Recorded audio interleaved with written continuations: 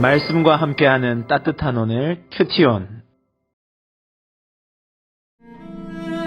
사랑은 언제까지나 떨어지지 아니하되 예언도 패하고 방언도 그치고 지식도 패하리라. 우리는 부분적으로 알고 부분적으로 예언하니 온전한 것이 올 때에는 부분적으로 하던 것이 패하리라.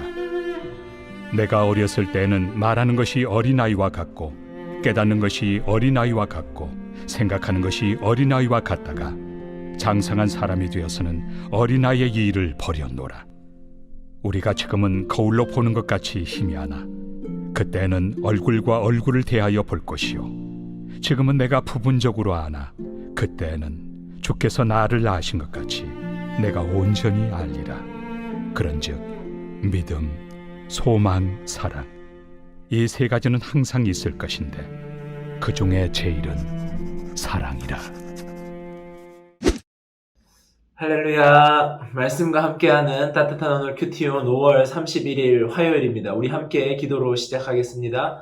사랑의 하나님, 오늘 이 하루도 하나님 아버지의 사랑으로 가득한 하루 될 수 있도록 주님 함께해 주시옵소서. 감사드리며 이 모든 말씀 우리 주 예수 그리스도 이름으로 기도드립니다. 아멘. 오늘 우리에게 주시는 하나님 말씀은 고린도전서 13장 8절에서 13절 말씀입니다.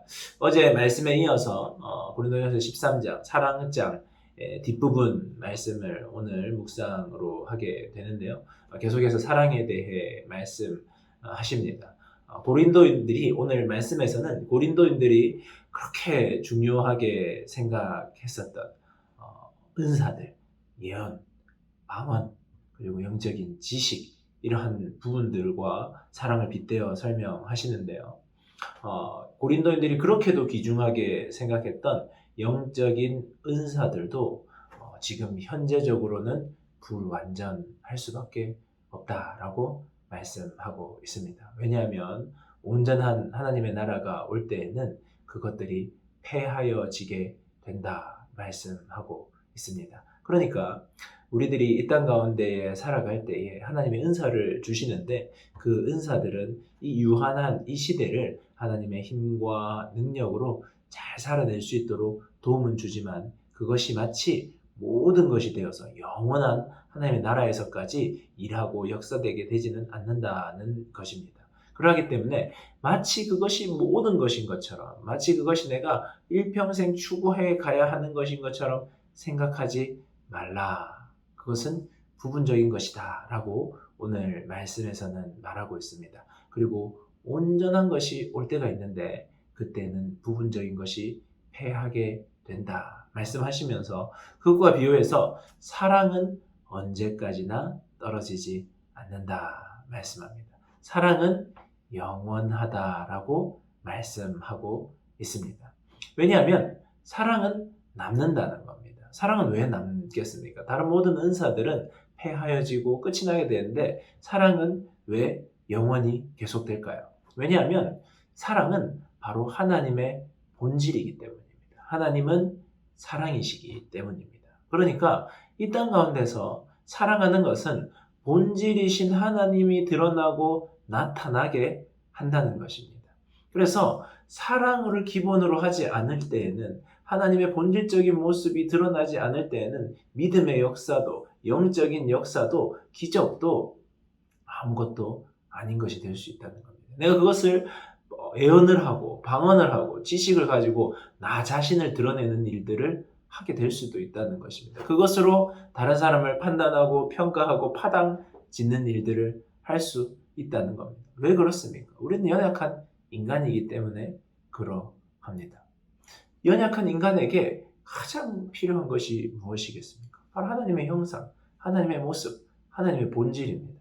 연약한 인간들을 바르게 서가게 하는 것이 무엇입니까? 하나님의 본질인 사랑이 있을 때에, 서로가 서로를 사랑할 때에 거기에서 하나님의 본질적인 모습이 드러납니다. 공동체에서 영적인 은사와 영적인 것들이 풍성하면 너무너무 좋죠. 너무너무나 풍성한 신앙의 생활을 할 수 있죠. 하지만 그곳에 사랑이 없다면 은사로 말미암아 패당이 갈라지고 은사로 말미암아 서로 미워하고 은사로 말미암아 다른 사람을 판단하고 평가하는 일들이 있게 되는 것입니다. 그러하기에 사랑, 하나님의 본질적인 모습이 사랑이 드러나고 나타나야 하고 그 사랑은 영원하다 말씀하고 있는 것입니다. 여러분들도 각자 공동체를 구성하고 공동체 생활을 우리 교회에서 하고 있습니다. 그곳에서 여러분의 그 공동체는 어떠한 공동체입니까?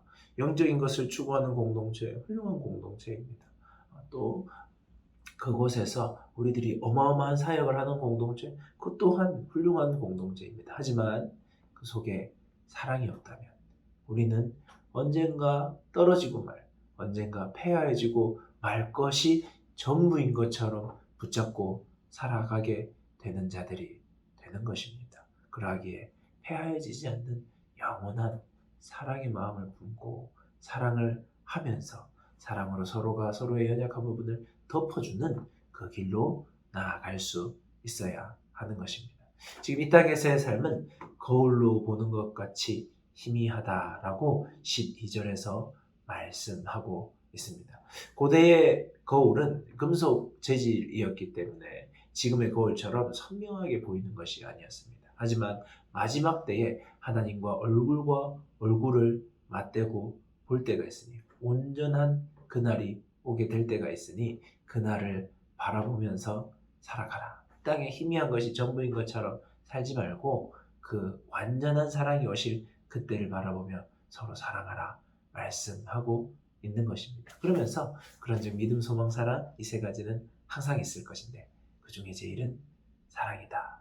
그 중에 제일이 왜 사랑이겠습니까? 하나님의 본질, 하나님 그 자체, 그 사랑이기 때문입니다. 사랑이 없이는 믿음도, 사랑이 없이는 소망도 하나님의 모습이 드러나지 않는 그러한 것이 될 수 있다 하는 말씀입니다. 특별히 고린도 교회에 주시는 이 말씀, 회당으로 서로 미워하고 있는 그들에게 가장 필요한 말씀인 것입니다.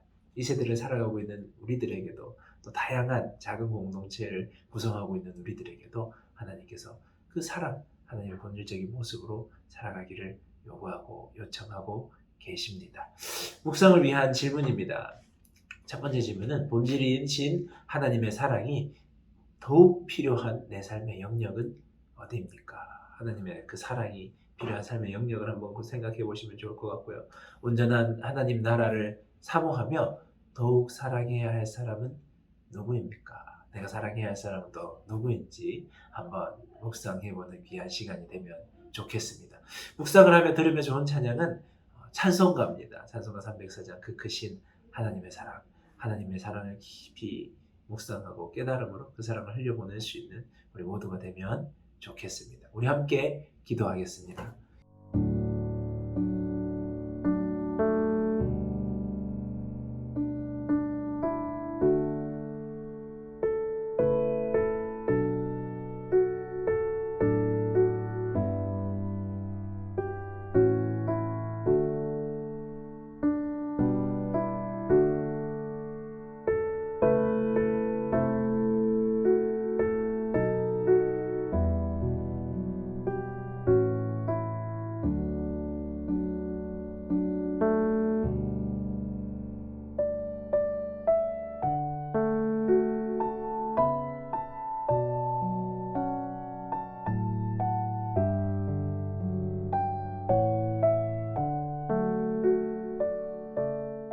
사랑의 하나님 감사드립니다. 귀한 은혜로 저희를 하나님의 자녀 삼아주시고 끝없이 한없이 사랑하여 주심을 감사드립니다. 그 사랑에 붙잡힌 바 되어 저희들도 사랑하며 영원한 본질인 사랑을 추구하며 나아가는 저희들 될 수 있도록 함께하여 주시옵소서. 감사드리며 이 모든 말씀 우리 주 예수 그리스도 이름으로 기도드립니다. 아멘. 좋은 하루 되세요. 안녕.